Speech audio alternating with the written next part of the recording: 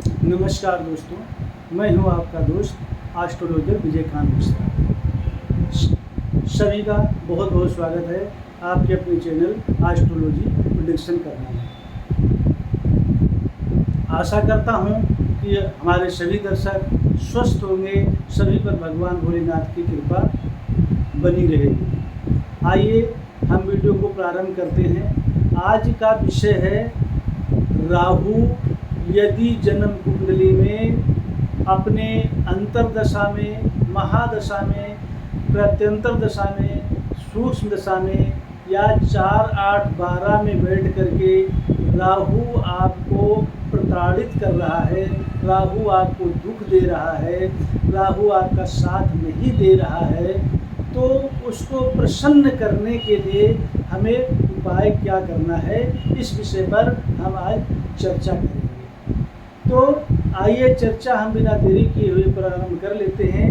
लेकिन उससे पहले दर्शकों से निवेदन है कि वीडियो को स्किप नहीं करेंगे, क्योंकि जो मैं उपाय आपको बताने जा रहा हूँ बहुत ही साधारण और जो कि आपको स्वयं करना है, और इस उपाय को आप कर लेते हैं तो मुझे आशा ही नहीं, पूर्ण विश्वास है कि राहु जिंदगी में आपको कभी दुख नहीं देगा, हमेशा आपके साथ बैठा रहेगा और आपको अनुकूल फल प्रदान करेगा, ये जो है इस उपाय के द्वारा।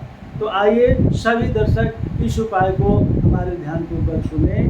अगर किसी जातक की जन्म कुंडली में राहु बिल्कुल पूजा पाठ करते हुए, मंत्र जाप करवाते हुए या करते हुए आप अनेकों उपाय करके थक गए हैं, फिर भी राहु आपका पीछा नहीं छोड़ रहा है, आप तकलीफ से गुजरते जा रहे हैं, आपका बनता हुआ काम बिगड़ता हुआ चला जा रहा है, आपको यहाँ तक कि जो है शत्रु बहुत ज़्यादा हो गए हैं, आपको आत्महत्या करने का मन करता है, आपको चोट चपेटें ज़्यादा लगती हैं, आपके घर परिवार में कोई सुख ही नहीं है, तो आपको ये जो मैं उपाय बताने जा रहा हूँ ये बहुमूल्य कीमती उपाय है।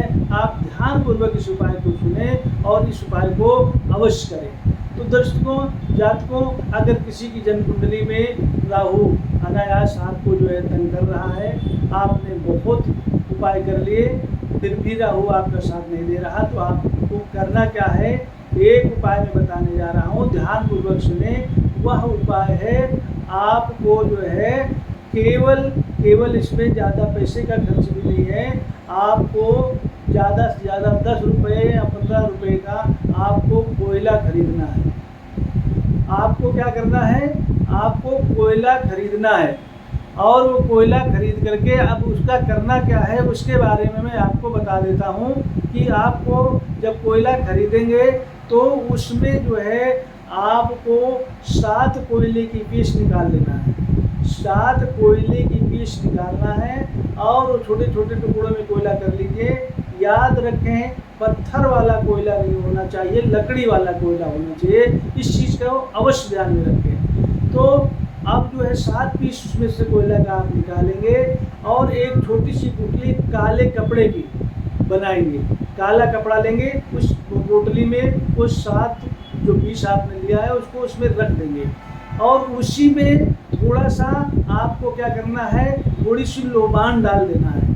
लोबान सभी लोग जानते हैं, उसी में थोड़ा सा आपको लोबान डालना है, और उसको सर से पांव तक अपने जो है इसे उतारना है, चढ़ाना नहीं है। याद रखें, इसको यहाँ से सर से पांव तक मतलब उतारना है, ऐसे उल्टा नहीं करना है। तो सर से पांव तक आप उसको 7 बार उतारेंगे, और उतारते समय आपको मंत्र क्या बोलना है, ओम राम राहुवे नमः। मंत्र एक बार फिर दोबारा ध्यान से सुन लें, आपको बोलना है ओम राम राहुवे नमः। इस मंत्र को जब तक आप ये कर्म कर रहे हैं, पोटली में कोयला बांध रहे हैं, तब तक इस मंत्र को आप बोलते जाएं, और कम से कम आप 11 बार बोल ले तो बहुत अच्छा है।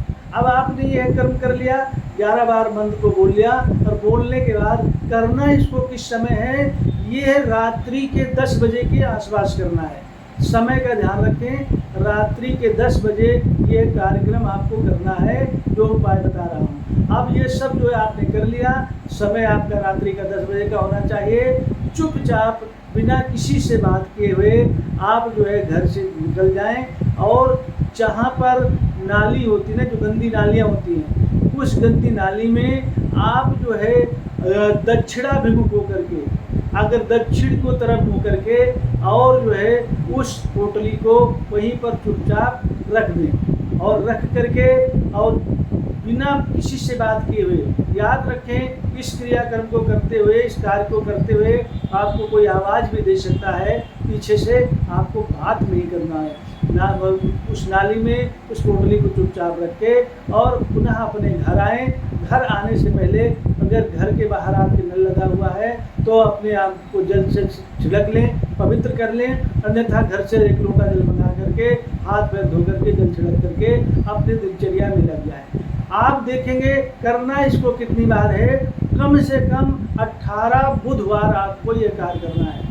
ध्यान रखें, दिन भी मैंने बता दिया, 18 बुधवार आप कर लेंगे और जैसे जैसे आप ये कार्य करते जाएंगे, 1 करेंगे, 2 करेंगे, 5 करेंगे, जैसे आपका 5 होता है तो आपको लाभ मिलना प्रारंभ हो जाएगा। तो और जैसे जैसे आप जो है अगर 18 तक पहुँचेंगे तो आपको पूर्णतया पूरा का पूरा लाभ मिलेगा। जो आपको हानि हो रही थी, नुकसान हो रहा था, आपके कार्य नहीं बन रहे थे, पढ़ाई में मन नहीं लग रहा था, शत्रु का जो भय हो रहा था, आपको मतलब जो है आत्महत्या का जो मन कर रहा था, आपके शत्रु बहुत हो गए थे और बिजनेस व्यापार में आपका नुकसान हो रहा था, अर्थात संतान में राहु बाधा कर रहा था, ये सभी बाधाएं आपकी जो है 18 पूरा होते होते समाप्त हो जाएंगी और राहु की कृपा आप पर बरसना प्रारंभ हो जाएगी। तो दोस्तों, अगर मेरी बताई हुई विधि से आप ये कार्य करते हैं तो मुझे आशा ही नहीं विश्वास है भगवान भोलेनाथ की कृपा के द्वारा आपका मनोरथ सिद्ध हो जाएगा। यदि आपका ये मनोरथ सिद्ध हो जाता है तो हमारे चैनल को सब्सक्राइब अवश्य करेंगे, वीडियो को लाइक करेंगे, कमेंट में हर हर महादेव अवश्य लिखेंगे। इसी आशा के साथ मैं आशा करता हूँ कि मेरी बताई हुई विधि आप लोगों को अवश्य सच्चे रास्ते की तरफ ले जाएगी, जहाँ से आपके सभी संकट कट जाएंगे। अगर जो है आपके संकट कट जाते हैं, भगवान की कृपा होती है, तो हर हर महादेव अवश्य लिखेंगे। इसी के साथ जय श्री राम, हर हर महादेव।